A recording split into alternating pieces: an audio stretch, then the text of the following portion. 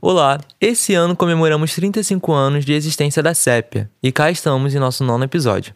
No 7º episódio do nosso podcast, intitulado O Trabalho Não Remunerado e de Cuidados Realizados pelas Mulheres no Brasil, já começamos a falar sobre esse tema, que seguiremos com ele hoje, mas a partir de outras perspectivas.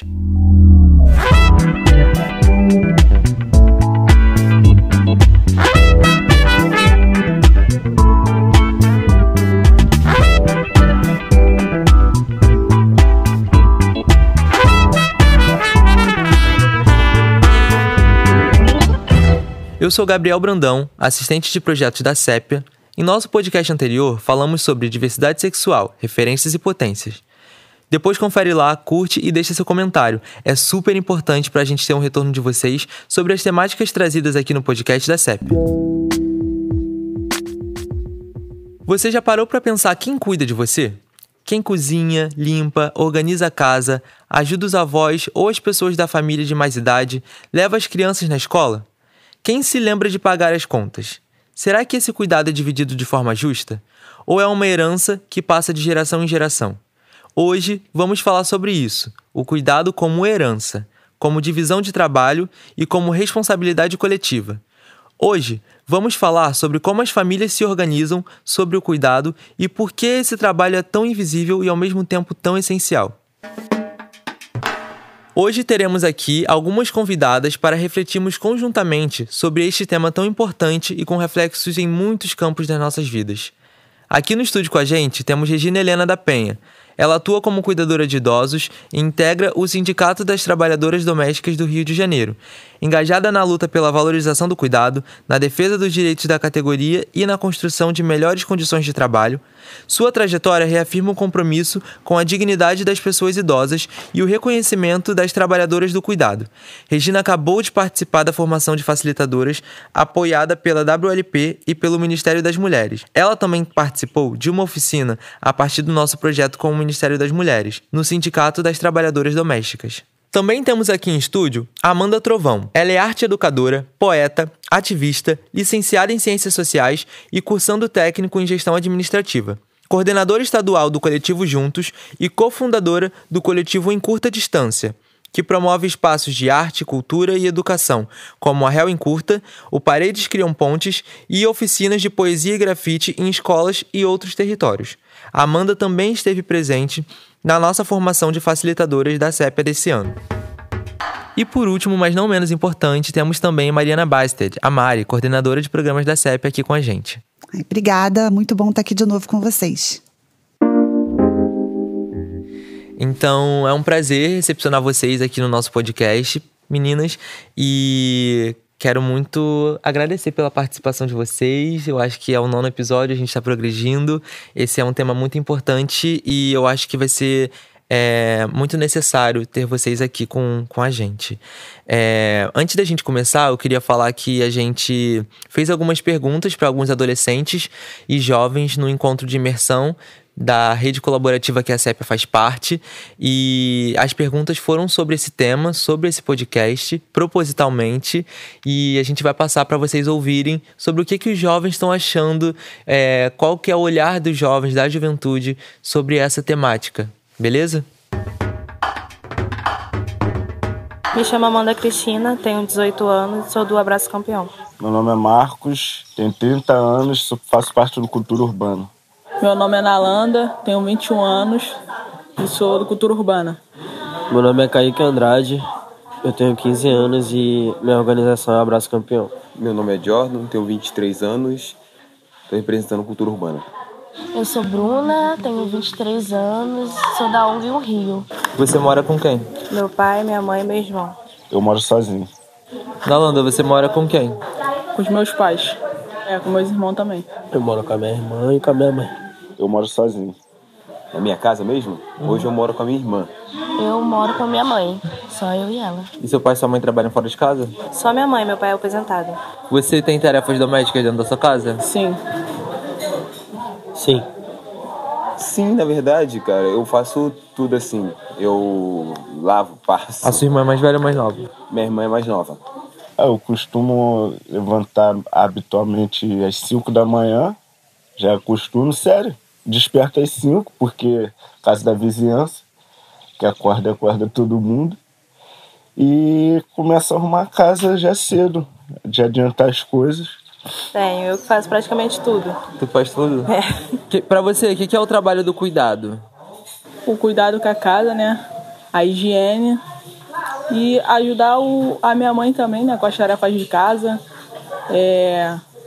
Ter um ambiente limpo e tranquilo. Ajudar sua mãe? Isso. Pra falar a verdade, o cuidado doméstico, eu acho que é nada mais do que, assim, a gente cuidar do doméstico. Eu acho que realmente essa questão do cuidado doméstico é uma forma, assim, de todo mundo se ajudar, sabe? De todo mundo ficar um pelo outro, ninguém não deixar muito pra uma pessoa, entendeu? Os dois fazerem. Falar em trabalho doméstico é uma coisa natural, né? Que todos deveriam fazer, né? De certa forma. Então, se for algo sobre gênero, acho que não importa. E todos têm que ter a disciplina, a mesma disciplina do cuidado com a casa. E entre outras coisas, eu acho que a gente tem que olhar para esse olhar igualitário. Trabalho do cuidado, agora bugou pra eu... É você cuidar da casa, né? Ajudar, manter a casa sempre bem arrumada, assim, né? É você cuidar da casa, entendeu? Cuidar do irmão, tipo assim, ajudar os pais, essas coisas assim. Entendi. Então, gente, como vocês puderam ver, eu acho que a gente entrevistou uns 6 jovens, né, de diferentes idades, acho que de 16 até quase 30 anos de idade. E alguns estão na escola, outros na faculdade, alguns já moram sozinhos, outros já moram com os pais. Eu queria saber de vocês, o que vocês interpretaram, né, primeiro desses áudios. Tem uma continuação ainda, a gente ainda vai ouvir a continuação, né, dessas perguntas e das respostas deles e delas, mas eu queria saber primeiro o que vocês interpretaram das respostas desses jovens e como que vocês interpretam a visão das juventudes sobre a temática, né, sobre o trabalho do cuidado.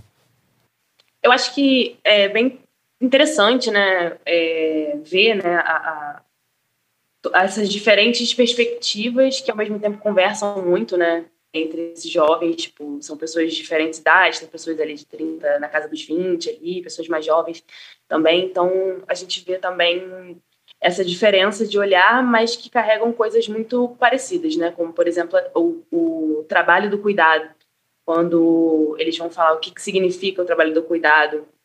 Para eles, a maioria das pessoas trouxeram um trabalho doméstico, né, o cuidado doméstico, acho que ele está muito associado, ele acaba sendo muito associado aos afazeres domésticos, né? O cuidado com a casa, a limpeza, a organização do ambiente, né? E acho que é engraçado observar porque o cuidado ele também vai muito além de só fazer as coisas dentro de casa, né? De só limpar a casa, de só lavar uma louça, por exemplo, mas é muito além, né? De você cuidar da sua família, de você cuidar das pessoas que estão próximas de você, você garantir ali uma administração familiar também, né? De certa forma, então acho que esse foi um ponto que eu achei mais interessante, assim, de observar deles falando, sabe? E eu também percebi que alguns homens também responderam... Bom, eu acho que eram homens que responderam, assim... Posso estar enganada, mas eu acho que responderam que moravam sozinhos, né? E muitas meninas responderam que ainda moravam com a família, né? Moravam com a mãe, moravam com os irmãos ainda, ou com os pais e tal. Então, eu achei isso também bem interessante de observar que essa autonomia, né, essa independência também do homem, ela já está muito presente ali só nas respostas, só em uma simples pergunta, assim, de com quem você mora. Que aí você percebe que tem homens que estão respondendo já que moram sozinhos, enquanto tem várias meninas, assim, que respondem que moram ainda com a família, né? Então, achei isso também bastante curioso, assim. E você, Regina? O que eu observei é que as meninas continuam aquela levada das nossas mães, né? Uhum. As meninas fazendo tudo, cuidando de tudo. E os poucos meninos que falaram que moram só é que fazem tudo. Porque também moram sozinhos, né? Não tem quem vá, né? Exatamente. Eu até me uso como exemplo, porque Eu ajudava dentro de casa, né? Eu fui criado por mulheres, então, tipo, por mulheres conscientes de que estavam criando um homem, então entendiam que tinham que passar glória, responsabilidades graças a Deus, ali. né? E aí eu fui morar sozinho muito cedo também, com 22 anos. E eu me uso como exemplo também, sabe? Nesse processo de sentir esse peso, essa responsabilidade do cuidado, que não é só, concordando com a Amanda, esses afazeres domésticos, né? É um peso emocional, um peso psicológico muito forte de você ter uma responsabilidade de ter um lar, uma casa que depende 100% de você e unicamente de você. Então além de só passar um pano e uma vassoura no chão e fazer comida, sabe? É todo um peso que você carrega de você ter que dar continuidade e ter que se sustentar ali e sem depender de ninguém. Então eu acho que quando a gente, principalmente nós homens, a gente passa por esse processo, né? A gente se coloca no lugar de muitas mulheres, de muitas meninas que estão fazendo isso ali cotidianamente, todos os dias. Então foi uma das coisas que eu observei ali. Você já percebeu a diferença entre o que homens e mulheres fazem dentro de casa? Sim. Lá em casa a gente não tem muito isso, mas antigamente tinha. Mas com o tempo, foi melhorando. Mas, assim, lá em casa é o contrário. Normalmente é o pai que trabalha. Lá em casa é minha mãe. Meu pai ajuda mais nas coisas domésticas. Então é mais o contrário. Então na sua casa teve essa diferença? Isso. Por exemplo, eu faço menos coisas que a minha irmã, entendeu? Minha irmã arruma a casa, minha irmã lava o banheiro. E você não faz nada disso? Não, eu só lavo a louça, arrumo minha cama, essas coisas. E na sua casa, então, quem cozinha, lava roupa, são sua mãe e sua irmã? Eu também cozinho. Sim, a minha mãe lá sempre fala, teu irmão tem a obrigação de ficar varrendo a casa. Não tem a obrigação de ficar lavando louça e nem de ficar fazendo comida, porque isso é coisa de mulher, então a gente que tem que fazer. Então, você já percebeu a diferença entre o que homens e mulheres fazem dentro de casa, por exemplo? Sim. Não necessariamente na sua, mas você já percebeu? Sim, claro. Na casa onde que eu morava com a minha mãe, sim, era nítida a diferença. Então na sua casa você falou que você faz tudo, né? Eu acabo fazendo tudo porque é só eu e ela, e aí vice-versa. Tipo, como eu tô hoje aqui, ela pergunta que horas eu vou chegar. Provavelmente ela é uma pessoa igual a mim, ela adora arrumar as coisas. Quando chegar lá vai estar tudo arrumado, entendeu? Como ela trabalha até de madrugada também, tipo 1h da manhã, no dia de semana, eu chego tipo 10 horas e arrumo tudo pra ela chegar e tá tudo tranquilo. Mas você já percebeu a diferença entre o que homens e mulheres fazem dentro de casa? Com certeza. Eu moro com a minha mãe, mas eu morava com o meu irmão também, né? Eram nós três, então eu entendo um pouquinho disso. E nessa época, na sua casa, quem é que cozinhava, lavava e ajudava nas lições de casa, assim? Eu e minha mãe, né? E seu irmão não fazia nada? Meu irmão, às vezes, ele capinava, assim, lavava a louça, mas o forte mesmo era pra gente. Eu penso que é uma coisa cultural, né, de certa forma, né? Porque quando a gente vai crescendo, ou até menorzinho, a forma que a gente cresce, convive, a gente não é ensinado esse tipo de coisa, certinho, e ainda mais pra mulher, né? Porque mulher tem que fazer, mulher tem que dar conta. Já pro homem já é uma coisa mais tranquila. É uma coisa cultural, então para poder tirar pode ser mais complicado, principalmente para pessoas com mente fechadas. Você acha que os meninos e as meninas eles são ensinados a cuidar da mesma forma?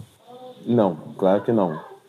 Eu vejo que a mãe, ela aprende muito mais a menina para ensinar essas coisas dos cuidados domésticos, e o homem, a mãe deixa tipo solto um pouco quando tem os dois dentro de casa, né? Óbvio. Porque se só tiver a mãe e o filho, talvez a mãe ensine o filho a fazer tudo, porque só vai ter ele dentro de casa. Quem cozinha, lava roupa e ajuda nas coisas de casa lá na... Então, lá em casa é separado. Meu pai, ele faz a comida e a roupa, eu arrumo a casa e o restante das coisas. E você acha que os meninos e as meninas são ensinados a cuidar da mesma forma? Tipo, seu irmão? Meu irmão não faz nada.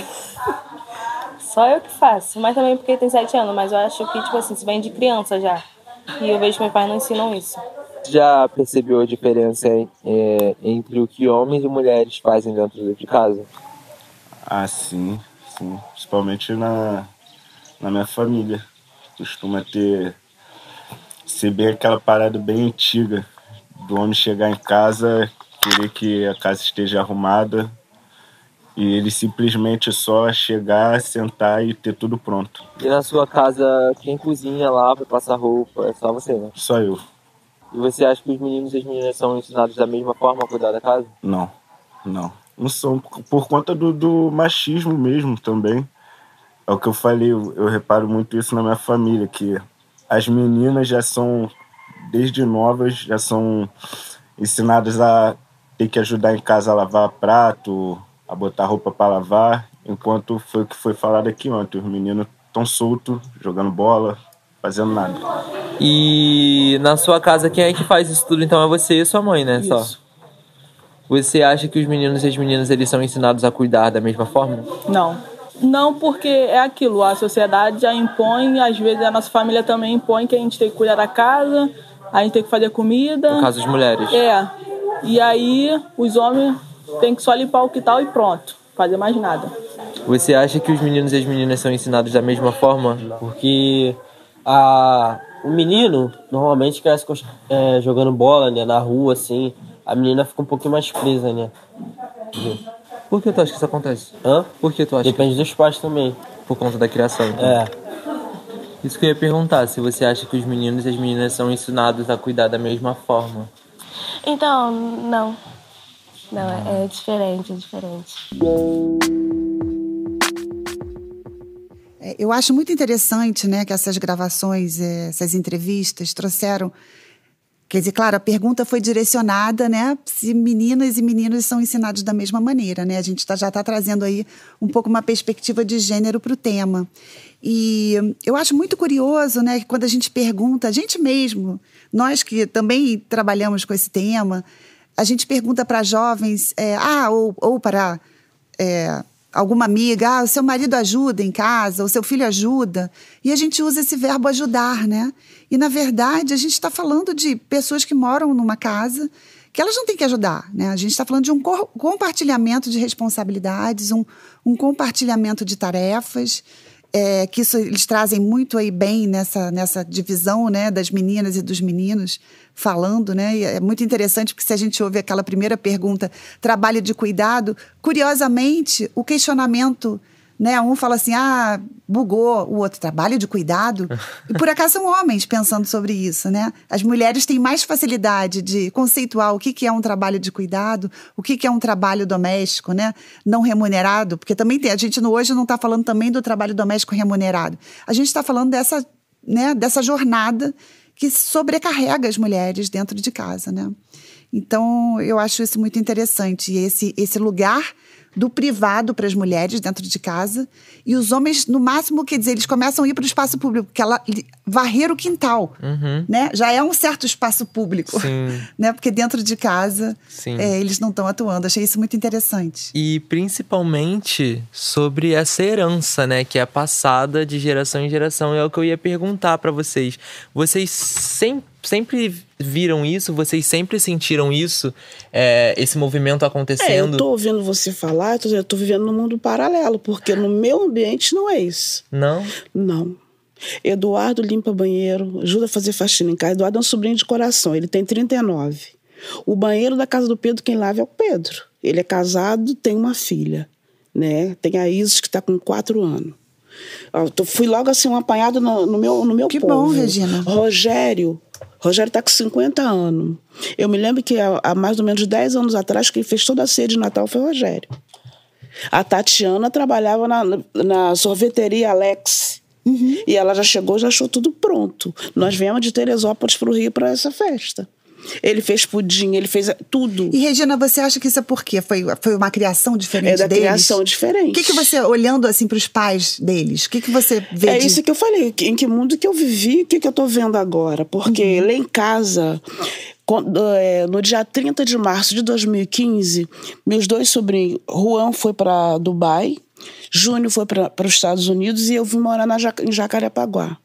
Ele já foi sabendo passar roupa, porque eu ensinei. Eu sentei e mandei, monta a tábua. Pega uma cadeira, bota aqui, ó, olha, você começa pela manga. Ele passou todas as camisas dele, que ele, até aquele dia antes, isso foi mais ou menos 2014. Ele não sabia passar roupa. Juan faz uma massa de pizza desde 14 anos. Eu ensinei será que é eu? Porque eu convivo com esse esquema aí. Com certeza. A gente é parceiro. Eles eram pequenininhos, meus pais tinham morrido, Júlio tinha uns 3 ou 4 anos. Minha irmã tinha acabado de jantar para a igreja evangélica, então tinha um culto na igreja e não quis fazer nada em casa. E ficamos nós. Aí eu falei, vocês me ajudam a fazer rabanada? Aí Júnior falou assim, eu só não boto a mão naquele negócio melequento, que era passar no ovo. Ele era pequenininho. Sim. Aí, Juan, eu faço essa parte. Então, eles foram passando na farinha, no ovo, eu fritando. Fizemos várias rabanadas e não teve o culto na igreja. Foi só a reza. Minha irmã voltou cedo. Aí nós estávamos lá na sala, com aquela porção de coisa gostosa que nós fizemos. Ou seja, você está trazendo aí, né, uma... na minha casa é desse jeito. Ou seja, quando a gente fala de herança, a gente começou aqui com um aspecto um pouco negativo, né, de uma sobrecarga sobre as mulheres. Mas aí a Regina traz um outro olhar. Eu tô toda tranquila que ele tá lá desde 2015. Ele veio para cá 2 vezes só ao Brasil. A minha tranquilidade é que ele sabe cozinhar. Todos 2 sabem cozinhar, sabem passar uma... Eu falava assim, olha, eu não quero você na casa de ninguém, dependendo que a mulher do teu amigo vai te passar uma roupa. Tu pede o ferro e vai passar. E Regina, você acha então que no fundo a gente está falando de alguém estar aberto para aprender? Sim. Ter alguém também que incorpore. Vem fazer comigo, sendo que porque em vez de se a pedir... mãe chamasse, era capaz de não fazer. A mãe falasse, vamos fazer. Mãe, eu tô vendo, mas eu não. Você naturalizou uma rotina na sua casa. Então, vamos ter que fazer comida, vai ter uma festa, então vamos todos para a cozinha. Vamos. Mas sempre foi todo mundo. Na aniversário, fazer pastel. Um ia botando, um ia fechando, o outro ia fritando, quibe. Em casa também. Então teve essas manhas aí de sempre fazer. A salada. Meu pai lá lavando alface, porque ele tinha medo que a gente não visse os bichinhos. Meu pai varria a casa. Meu pai morreu com 70 anos, tem 24 anos que ele morreu. Meu pai varria a casa, meu pai lavava alface. Meu pai que ensinava... Eu tenho foto dele ensinando a minha sobrinha a dançar. Você então acha que assim, em relação aos seus pais, tinha essa divisão? Tinha. Você tinha? Não, a divisão lá em casa, minha mãe dava o banho, meu pai enxugava, vestia e começava a desembaraçar o cabelo para minha mãe trançar. Eu acho que desde pequeno. É muito interessante a gente ver essa diferença familiar, né? E outra, casa só de meninas. Meu pai não tinha filho homem. Lá onde eu cresci também, eu fui criado por mulheres, né? Minha mãe, minha avó e minha tia. E de homem tinha meu avô e meu tio. Mas eles eram muito ativos também, assim. Meu avô era aquele tipo de homem que ele acordava de manhã cedinho, num sábado, no domingo, mesmo trabalhando a semana inteira. E ele lavava, tipo, não só varria o quintal, ele lavava, ele esfregava. E ele me chamava pra ajudar. Porque ele achava que aquilo ali era importante também pra eu ajudar a minha avó dentro de casa. Porque era eu e meu irmão que ficávamos dentro de casa. E aí é diferente porque a gente vê relatos de jovens, por exemplo, a Nalanda falando que a mãe dela acha que as mulheres têm que fazer. Não, eu não faço porque a minha mãe diz... meu irmão não faz porque a minha mãe diz que isso é coisa de mulher. Então ainda é um retrato muito real de muitas famílias, Exatamente. né? E eu ia perguntar pra Amanda, assim, Amanda, como que você enxerga isso e como que é a sua rotina, se você aprendeu a cozinhar, limpar, cuidar de alguém por escolha própria ou por obrigação, como é que foi isso pra você? Como que foi essa sua vivência, assim?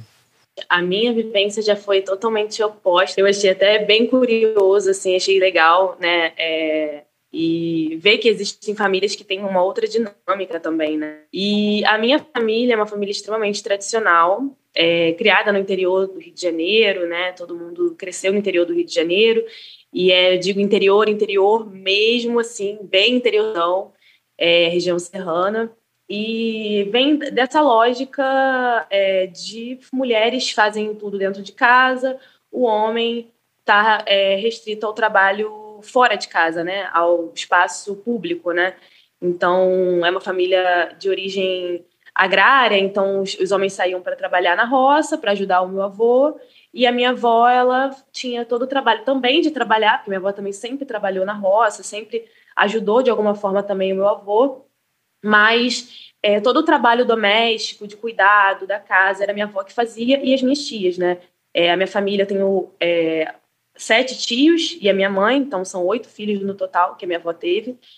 E sempre foi marcado por isso, assim, eu cresci dentro dessa lógica, né, a família do meu pai também é um pouco assim, embora não seja um contexto muito parecido de interior, assim, nessa visão tradicional também, então eu cresci, eu não sei nem dizer quando eu aprendi que eu deveria cuidar, sabe, eu não consigo, eu tenho tentado, inclusive, fazer esse exercício recentemente, de lembrar quando foi a primeira vez em que eu me dei conta de que eu tinha um trabalho de cuidado, que eu tinha que cuidar de alguma coisa, que eu tinha que limpar alguma coisa, né?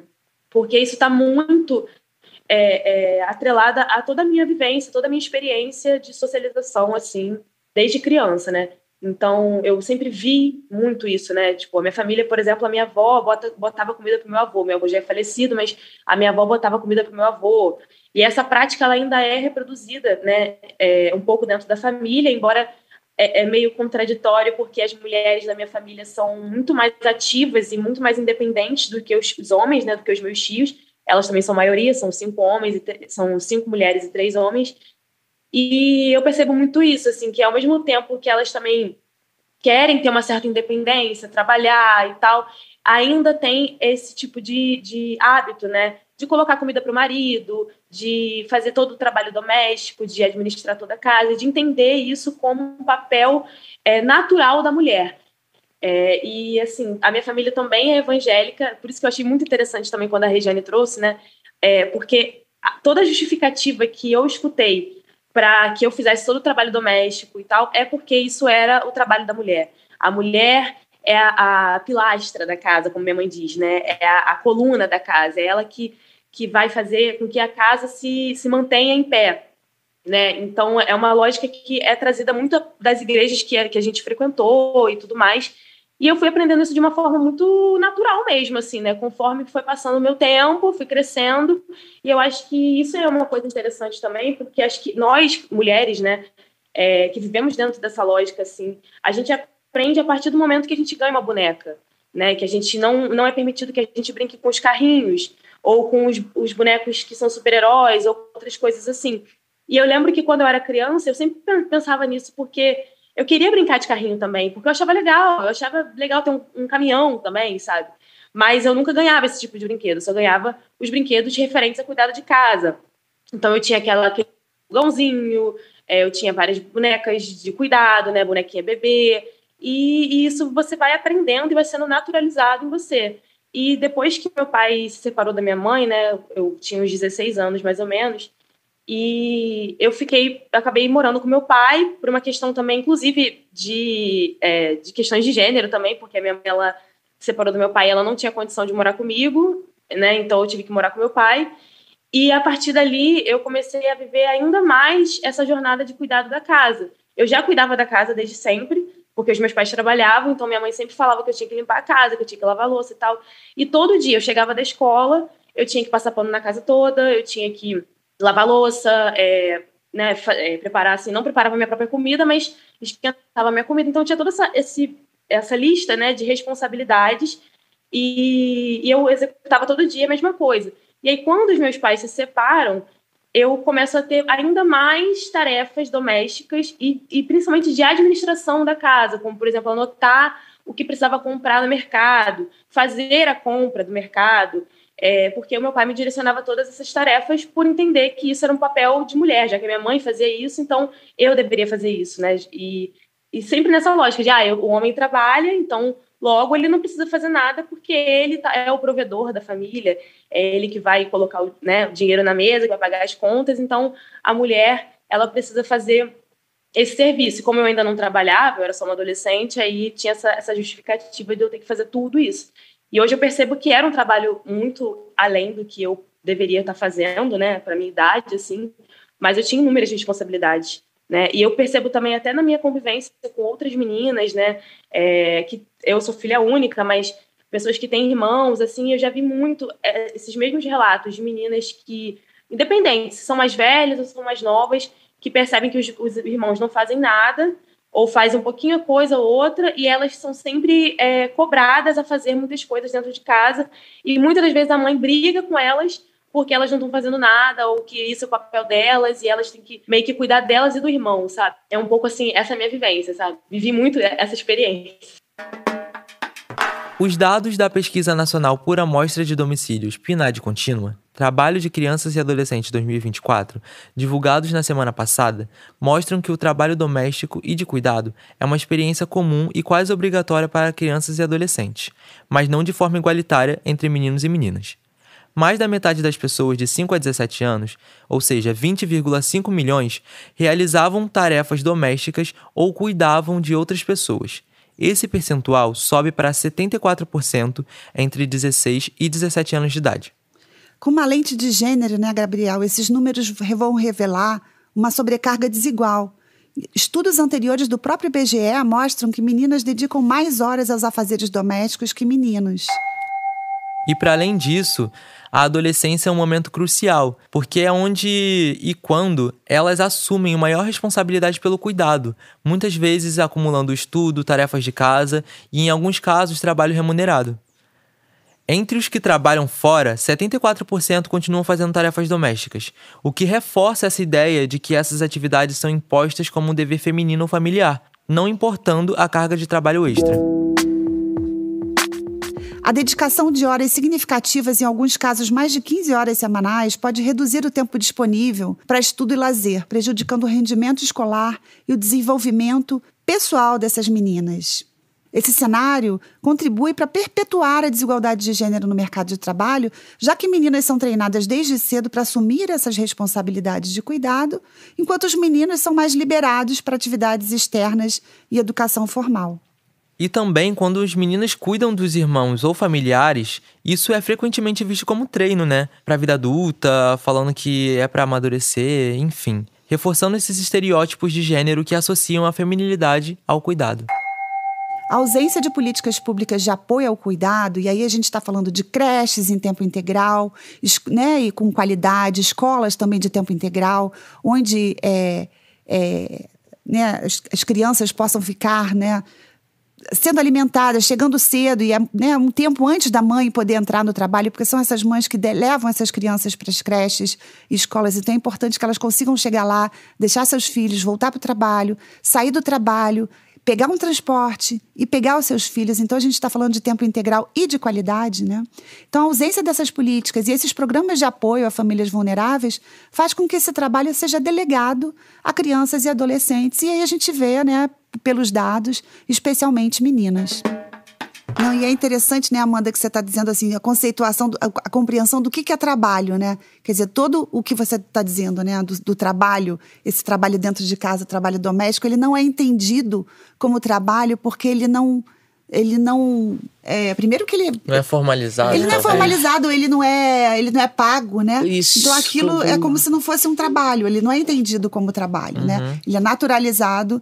E aí você traz uma coisa super interessante, Amanda, eu me lembro quando minha filha era pequena, e eu nunca, por exemplo, na minha casa, filha de feminista, eu nunca ganhei ferro de passar roupa, essas coisas, fogãozinho, mas a minha filha ganhou quando era pequena e ela adorava. E eu lembro quando os meninos iam lá para casa, eles ficavam loucos com os ferros de passar roupa, o fogãozinho, os brinquedos das meninas. E eu me lembro que um dia foi um pai, todo de esquerda lá, porque a minha filha era de um colégio todo de esquerda e tal, foi lá e viu o filho dele brincando na cozinha de panelinha, e ele falou assim, não vou falar o nome dele, sai daí, fulano, sai daí, isso é coisa de menina, né? Então, assim, os meninos, ou seja, às vezes, naturalmente o garoto foi brincar com uma coisa que ele não estava acostumado, Sim. que ele estava gostando, né? E se ele tivesse sido acostumado a brincar com um fogãozinho, de cuidar, de não sei o que, né?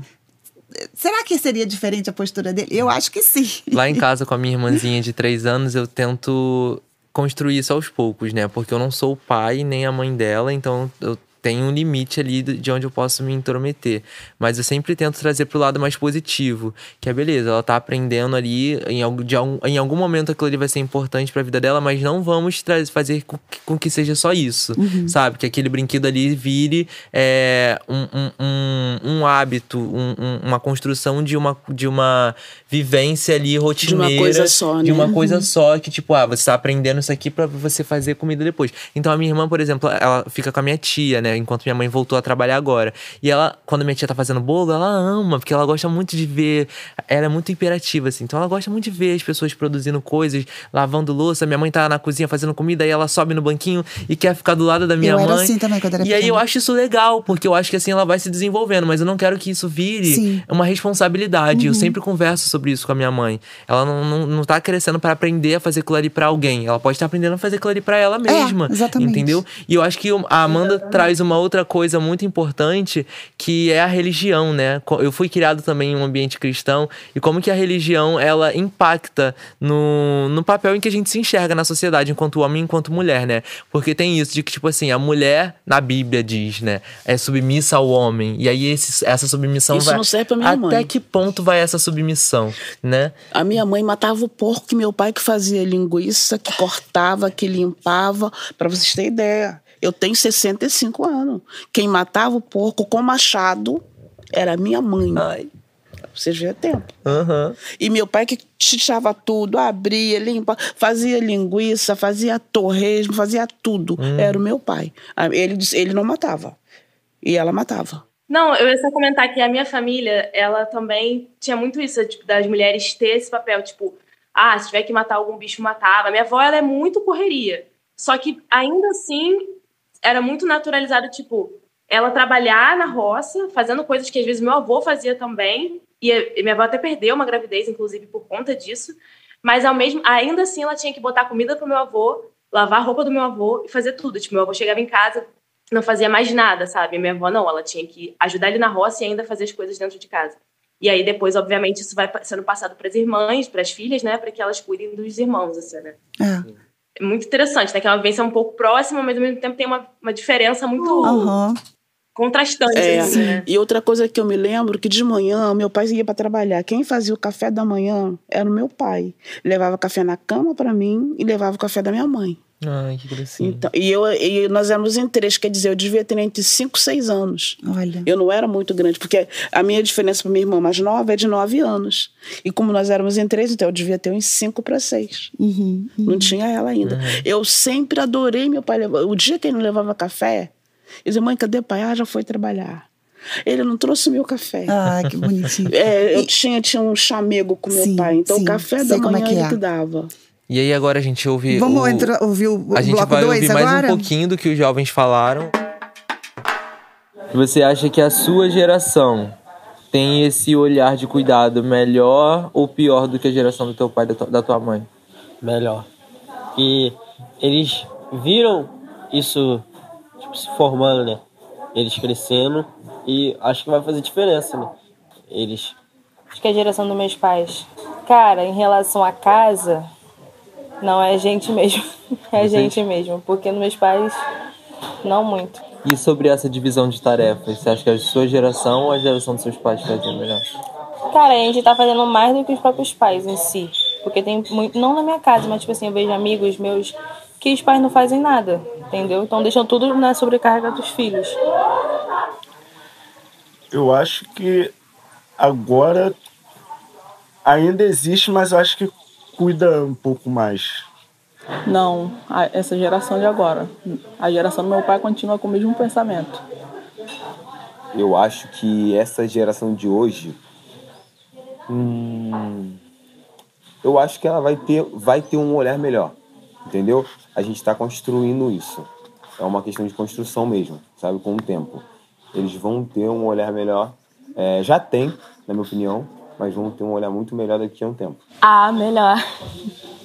Melhor, as coisas deram uma melhorada, né?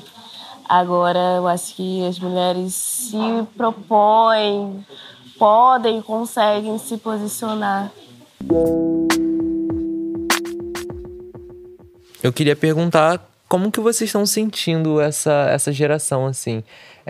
Amanda, você tem quantos anos? 28. 28. E Regina, você tem? 65. Cara, tipo, metade, sabe? Tipo, realmente duas gerações. Eu tô no meio. E Mari tá no meio. Eu tô com 54. Então eu queria entender, assim, como que vocês sentem, Regina, você vem de uma outra época, como é que você sente essa geração atual falando sobre essas temáticas? Você sente que eles estão mais por dentro? Você sente que eles estão mais maduros? Ou você sente que tá acontecendo algum tipo de retrocesso? E eu queria que depois da Regina, a Amanda respondesse a mesma pergunta, assim. Eu vejo que eles têm muito medo. Medo do desconhecido, medo de arriscar. Aí eu fico assim, você já fez isso? Ah, tia, eu não fui porque eu tava com medo. Ah, falaram pra mim que ali não é legal. Aí acaba perdendo uma porção de coisas da vida que eu não fazia porque eu não tinha capital para isso. Mas quando eu tive, eu não tive medo, não. Medo eu nunca tive. Nessa idade você não tinha o medo que eles têm? Nunca tive, não. Nunca. E às vezes era até... O meu pai não queria que fizesse. Não quero que você faça isso. Aí eu fazia e depois dizia, pai, aquilo que o senhor falou para não fazer, eu fiz. Eu fiz assim, dava os detalhes.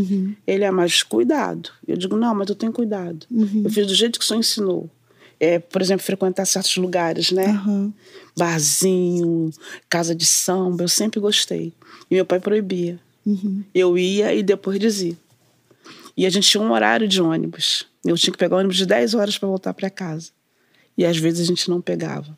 Na outra semana não podia sair, mas eu estava feliz. Você tinha quantos anos, Regina, nessa época? 14, 15 anos. Até os 17. Ou seja, você era uma mulher à frente do seu tempo, né? É isso que eu tenho um filho de coração. Isso é muito interessante você trazer, né?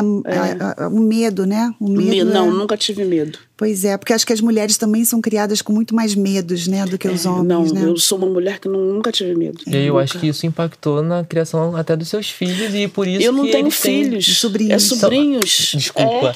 Na criação dos seus sobrinhos e por isso que eles se desenvolveram da forma como eles se desenvolveram. Para ir para mala vai ser feita assim, você pode levar isso, fazer check-in no aeroporto, estudar inglês como um menino, quando o Júnior foi estudar, eu falei, tu tem que saber isso, eu não consigo. O inglês para mim é um bicho de 7 cabeças. Mas eu fico ali no pé dele até Juan falar e escrever fluentemente. Para ter uma ideia, com 14, 15 anos, eu fui para casa de uma amiga minha em Rio das Ostras e levei o Júnior. Júnior terminava de comer, ele pegava o prato de todo mundo, ele botava um pano de prato assim no short, lavava toda a louça, minha amiga ficou besta. Teu sobrinho...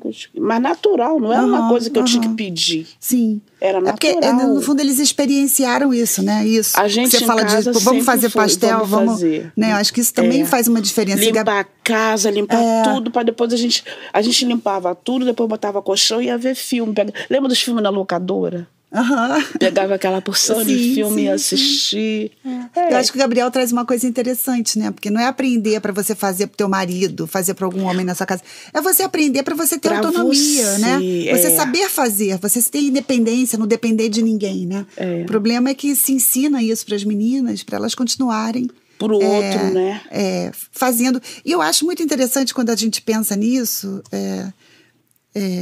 Regina e Amanda, e aí eu tô falando um pouco também do meu lugar de mãe, né, e das minhas amigas que são mães e falam sobre isso, né. Por mais que a gente se desconstrua desse lugar, desses papéis e esses estereótipos, né, desses papéis que são destinados às mulheres, especialmente nesse tema que a gente está falando aqui, né, das tarefas de cuidado, nas tarefas domésticas, mesmo a gente se desconstruindo, como é muito comum as mulheres se sentirem culpadas porque elas não estão fazendo isso direito, sabe? Ai, meu Deus, eu dei... Essa semana, né, não tive tempo de, sei lá, ir no supermercado, dei uma comida que talvez você não gostaria de dar pro seu filho, você queria dar uma coisa melhor, mas você deu porque você não teve tempo. Ou você não conseguiu arrumar a casa, ou você fica se sentindo culpada, como se você não conseguisse dar conta de todas as coisas da sua vida, das tarefas, porque no fundo você põe naquele lugar mas essa aí passa. Eu vou te falar de um outro cuidado que aconteceu comigo. Eu trabalhei numa casa que ele tinha 1 ano e pouquinho, eu saí, ele estava com 9. Então nós sempre fomos muito parceiros, ele é filho único, o nome dele é Vinícius. O Vinícius brincava com panelinhas. Eu ia fazer comida, eu dava batata, cebola e umas panelas menores para ele brincar, sem problema nenhum. Na minha parte não tinha. Eu não via ele que ele ia se transformar em nada por esse motivo. Aí Vinícius, depois, mais tarde, ele namorando 2 mulheres, aí ele fala, tô com 2 namoradas. Aí eu falo assim, mas foi isso que eu te ensinei? Como que você pode cuidar de uma pessoa enganando a outra? A outra sabe? Não, eu digo, se ela souber, eu até concordo. Mas se ela não souber, tu tá tirando uma coisa que eu te ensinei certo, tu tá fazendo errado pra mim. Aí ele me liga depois e fala, Regina, eu terminei com ela. E continuou com a Adriana, porque ele tem uma filha agora, que é minha neta, que se chama Alice. A Adriana tá já sabia dessa história, Regina? Você está contando aqui pela primeira vez? Porque você foi em primeira mão. Inédito do podcast. Não, eu falei o nome porque ele vai lembrar da história. Que legal. Não é porque eu trabalhei na casa que eu vi aquilo ali que eu vou concordar. Claro, não 2 namoradas. Tá cuidando exatamente. de quem? De ninguém? É que eu colocava pra ele. Você pode ter até 10. Você está trazendo um outro aspecto do cuidado, né? Muito interessante. Que ela já trabalhava cuidando e ainda cuidava desse lado tem um aí outro que aspecto, também é cuidando. né? A gente está falando de um outro aspecto também, né? E hoje ele é separado. Ético, né, Regina? Assim, desse lugar, né? De cuidar de alguém, né? Sim. Muito e você passa pro outro aquilo e depois você cobra. Porque não foi isso que eu passei pra ele. E Amanda, antes pro final, você que tem uma idade um pouco menor, né? Como que você enxerga, você que está mais próxima ali da juventude, como que você se enxerga e enxerga os jovens dentro dessa temática e dentro desse olhar? Bom, assim, eu acho que eu tenho uma visão, assim, de que a gente pode avançar muito, assim, né? Acho que a gente tem uma capacidade de trazer mais esses debates hoje em dia, né? Eu vejo muitas meninas... É claro que, assim, né? Sempre tem um movimento contra-revolucionário ao mesmo tempo funcionando, né? Então, acho que ao mesmo tempo que a gente também tem uma juventude em ascensão aí, que é bastante conservadora e que também quer manter esses valores tradicionais, né? Como eu pesquiso um pouco essa parte, assim, de conservadorismo, então tem um movimento também de juventude muito forte, que reivindica esse espaço mais tradicional, onde a gente tem essa divisão de gênero, sim, e quer manter isso. Mas eu também observo que muitas meninas, muitas mulheres jovens, né, ou que já são mães, né, eu já tenho 28, e muitas meninas da minha idade que já têm filhos, né, carregam uma visão diferenciada em relação à criação dos próprios filhos, né. Por exemplo, uma coisa que eu observo muito, não sei se não dá para trazer dados aqui concretos, mas eu acho que pelo meu contexto, eu observo muitas meninas que não educam, por exemplo, batendo, né? Que era algo que na minha infância, apesar de eu não ter sido muito essa criança que apanhou e tudo mais, era muito parte da realidade da minha família. Eu via muitos os meus primos apanhando, tinha muito essas histórias, né? Minha avó batia nos filhos e tudo mais. E isso já é algo que eu vejo que tem uma mudança, né? Que vem muito dessa geração mais jovem, né? Assim como também os trabalhos, né, de dentro de casa, doméstico, que às vezes quando a menina tem um filho, ela já direciona melhor o filho dela para fazer esses cuidados também. Essas brincadeiras, né, separadas por gênero, às vezes eu vejo que muitas mães elas não se importam com isso e até, na verdade, querem que os filhos sejam mais livres nesse sentido de poder brincar com o que quiser, sem achar que isso vai, enfim, fazer algo com a criança, né, que é muito esse pensamento que as pessoas têm de meu filho vai virar alguma coisa que é um pensamento que acaba sendo muito preconceituoso. Então, eu acho que tem, sim, muita abertura para a gente ter uma mudança, né, de considerável, assim, na forma de criação dos nossos filhos e até de rompimento também um pouco dessa ideia de divisão de gênero, né, do trabalho e tudo mais. Acho que ainda tem muito a avançar, porque pelas próprias condições que a gente vive, né, no capitalismo e nesse atual contexto, né, de internet e também de muita desinformação, acaba que muitos jovens também têm se sentido meio, como a Regiane falou, né, com muito medo, com muita trava, com muita ansiedade. Eu acho que isso prejudica muito o desenvolvimento das pessoas de maneira generalizada. Acho que isso é um problema até, para além da juventude, acho que é um problema da humanidade, da sociedade como um todo, a gente refletir sobre como que essa desinformação desenfreada também, que acaba sendo proporcionada pelo avanço tecnológico, né, está fazendo com a gente, né, faz com que a gente sejam pessoas, assim, com uma certa dificuldade de tomar uma iniciativa na vida, né, de ter autonomia, de sonhar, de pensar outras coisas. E acho que uma coisa também que eu percebo, assim, que tem surgido muito, uma pauta que eu diria que talvez é uma pauta mais recente, né, do movimento feminista, assim, talvez mais atual, né, ou que está mais engajada no momento, essa questão do planejamento das tarefas, né? Eu vejo muitas mulheres na internet falando sobre que essa demanda de ter que pedir para alguém fazer algo também é uma tarefa em si e também é cansativo. Pra caramba. Né? Porque é um cansaço mental. Essa pauta, né, do cansaço, do estresse que as mulheres são submetidas por não só ter que fazer a tarefa, mas por ter que demandar, é algo que eu observo que é um avanço também das pautas feministas. Tem uma diferenciação entre as mulheres negras que sempre trabalharam, sempre estiveram sendo exploradas, mas tinha esse avanço, né? Queremos o voto, queremos o trabalho, conseguimos avançar em vários sentidos, e aí a gente foi conquistando espaço, conseguimos diversas autonomias agora, a gente pode trabalhar, a gente pode votar, a gente pode se separar do nosso marido, né? Tem diversas leis de proteção às mulheres, mas ainda assim tem coisas para avançar. E aí eu percebo que é justamente essa pauta que está sendo colocada agora que eu acho que eu enxergo como um avanço da luta feminista, né? De enxergar que, para além da gente ter reivindicado tudo isso que a gente já reivindicou e que a gente conseguiu conquistar, a gente quer mais. A gente quer que os homens ajam com naturalidade em relação às tarefas domésticas e não esperem que a gente peça ajuda, né? Acho que é quebrar um pouco essa lógica da ajuda. Né? Você ajuda a sua mulher? Não, você mora na casa, né? O que a Mariana estava falando. Você mora nessa casa, então todos nessa casa precisam ter a responsabilidade de dividir as tarefas e de administrar aquele ambiente. Então, acho que essa lógica ela tem sido quebrada, ao mesmo tempo que existem esses movimentos também querendo manter tudo tradicional. Tem uma luta feminista aí muito forte, indo justamente com essa ideia de que o planejamento e a administração da casa também ainda está sendo colocado nas costas das mulheres e sobrecarrega também, porque a gente tem um acúmulo, né, de informações na nossa mente, né? Quem não está se sentindo ansioso, sobrecarregado, que né? a gente absorve, né? A gente passa muito por isso, né? De ter que ter todo esse acúmulo de informação do mundo externo, que sobrecarrega todo mundo de forma generalizada, mas ainda assim a gente tem que trabalhar e chegar em casa ainda tem que pedir para o marido, ou para o filho, ou para o irmão, lavar um pano de prato, lavar um pano de chão, sabe? Trocar alguma coisa que às vezes os homens às vezes não se atentam, né? Tipo, às vezes as coisas precisam sair, né?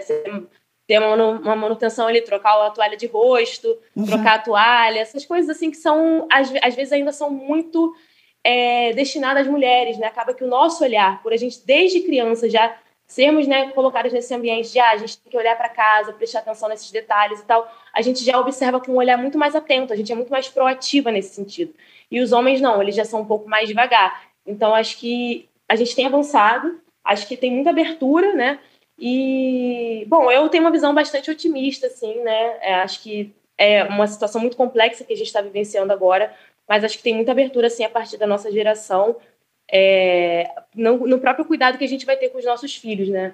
Para as novas gerações nascerem já com uma nova ideia, né? E tudo mais. Acho que é um pouco isso, assim. Muito interessante, Amanda, isso. E a gente sabe que você precisa sair já, Amanda. Então a gente vai mostrar o último bloco, assim, com as respostas dos jovens, que também fala um pouco desse olhar otimista, né? Do que eles esperam dessas mudanças, dessas transformações dentro dessa geração atual. E aí a gente está caminhando para o final aqui do episódio, né? E a gente vai mostrar esse áudio para vocês. Tem um desafio para vocês também fazerem nas redes sociais, em parceria com a Sépia. Então a Mari vai colocar o último bloco para vocês ouvirem e aí a gente faz o encerramento, tá bom? Como você acha que a gente pode cuidar sem sobrecarregar ninguém? Dividindo as tarefas de casa e impondo que não tem isso, a mulher tem que fazer isso, o homem tem que fazer aquilo. Dividindo as tarefas com companheirismo. Cada um fazendo a sua parte, né? Sem impor a parte do outro, né? Sem um fazer menos e outro fazer mais, só pela masculinidade da pessoa, entendeu? Acho que é o companheirismo, né? O trabalho em equipe. Eu acho que isso ajuda muito, entendeu? Todo mundo tem que dividir, cada um faz um pouquinho aqui, hoje não dá pra mim, o outro pode, aí o outro cobre um pouquinho, é sempre assim. Eu acho que dividindo as coisas, entendeu? Dividindo, cada um faz uma coisa e assim vai indo, não vai ter briga, não vai ter atrito, vai ter nada. Eu acho que é criando estratégias, sabe? Conversando também muito, que normalmente a maioria das famílias assim não costumam conversar, entendeu? seja irmãos, pai e mãe, ainda mais com essa era da internet, sabe? Todo mundo tá muito com a cabeça barulhenta, todo mundo tá muito ansioso, sabe? Querendo tudo rápido. A gente costuma não conversar. Ou a gente pega e faz, ou a gente explode. Antes da gente finalizar, eu queria agradecer, né? Primeiramente, vocês. Foi uma honra enorme poder escutar e refletir também sobre o que cada um de vocês trouxe aqui.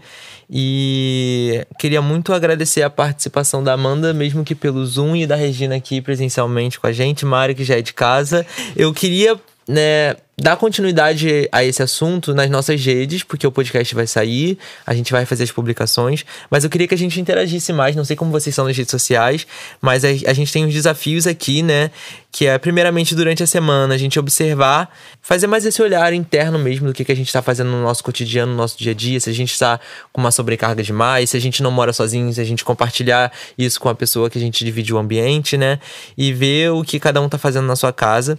E o segundo é postar uma foto ou um story com a hashtag do podcast, que é Quem Cuida de Quem, e marcar a Sépia, né, Cidadania, mostrando uma tarefa de cuidado que você faz ou que você viu alguém fazendo. Eu acho que é importante pra gente dar visibilidade pra esse episódio, também pra mostrar para as pessoas que esse cuidado, esse trabalho, ele existe, né? E aí tem o lado positivo, tem o lado negativo, mas que a gente possa começar a falar mais sobre isso também. É isso, né? Foi um prazer enorme, assim, estar debatendo esse tema com vocês. Acho que é muito importante, inclusive, falar sobre isso hoje em dia, principalmente porque eu acho que os homens estão mais abertos a debater sobre, apesar de eu ainda achar que né, ainda precisa avançar muito, né? Mesmo os homens, assim, que são um pouco mais desconstruídos, eu diria, acho que ainda tem que avançar um pouco nesse olhar, porque é muito subjetivo essa questão do cuidado. Então, acaba que fica no inconsciente, muitas das vezes fica no inconsciente certas tarefas, né? A forma como a gente vai demandar alguma coisa para os homens, e os homens às vezes não percebem. Então, acho que é um espaço que ainda precisa de muito debate, uma divulgação mais ampla, assim, né, do trabalho do cuidado, e principalmente explicar o que é o trabalho do cuidado, quais são as mulheres, quais são as pessoas que cuidam de quem fica doente, né? E aí quando a gente vai falar dessa questão do cuidado, a gente lembra de muitas outras situações, né? Em situações de desespero da família, quando alguém cai de cama, é a mulher que cuida, quando o filho está doente, é a mulher que cuida.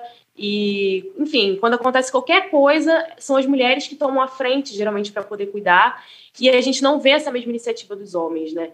Então, é muito injusto, né, com a mulher, que a gente tem que fazer absolutamente tudo, e muitas das vezes a gente não tem nem tempo para cuidar de si. E quando a gente cai de cama, quando a gente precisa do cuidado, muitas vezes a gente não tem esse mesmo cuidado. Então, acho que é fazer também enxergar, né, a sociedade enxergar o quanto as mulheres elas ainda estão sendo sobrecarregadas e o quanto isso é injusto, né? Porque se a gente fala de um casamento onde o homem também ama muito sua mulher, né, e tem toda essa questão do amor, do afeto, os homens precisam também avançar nesse sentido de entender que sobrecarregar a sua mulher também é um ato de certa forma, assim, exploratório e violento contra a sua mulher, né? Não é um ato de amor, né? Que amor é esse que explora, que sobrecarrega, que não tem esse cuidado? E é um tema muito relevante e que precisa ser mais disseminado, assim, dentro da sociedade, também acho, pelas redes sociais também, para que chegue mais na juventude, né, nesses adolescentes que estão vindo aí, que vão ficar maiores de idade daqui a pouquinho, que vão assumir responsabilidade nas suas casas, ou até mesmo que tenham um irmão ou uma irmã, para que possa refletir também essa divisão de tarefas entre os próprios irmãos, né? E acho também para fazer com que os pais, né, os responsáveis, também possam refletir sobre quais violências eles estão reproduzindo dentro de casa, muitas vezes sem perceber. Então, acho que é isso, assim. Eu fico muito feliz de ter sido chamada para fazer essa discussão, né? Acho que é muito importante estar debatendo sobre isso dentro da juventude, porque é a gente que vai estar dando continuidade aí, né, aos conhecimentos e aos hábitos e coisas que precisam melhorar, a gente precisa avançar. Então, é muito importante fazer esse debate com a juventude também, para que a gente possa ter uma nova perspectiva de sociedade. E é isso, quero agradecer pelo convite, agradecer a CEP, agradecer, enfim, a todo mundo que constrói o podcast. Foi um prazer enorme estar aqui com vocês. É isso, muito obrigada. Obrigado você, Amanda, e eu quero conhecer seus coletivos, tá? Fiquei super, super interessado aqui. Ah, show, vamos trocando. Amanda, super obrigada. Nossa parceria que a gente fala que só começou ali, né?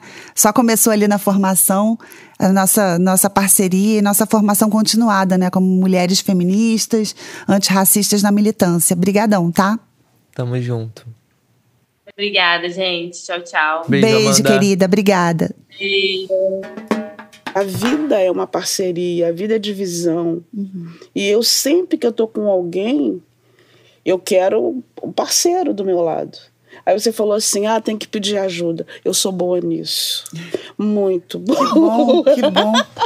Eu sou péssima. Pedir para fazer as coisas. Eu acho interessante você estar falando, eu sou boa em mandar. Na verdade, eu acho que você está dizendo assim, eu sei pedir. Sim.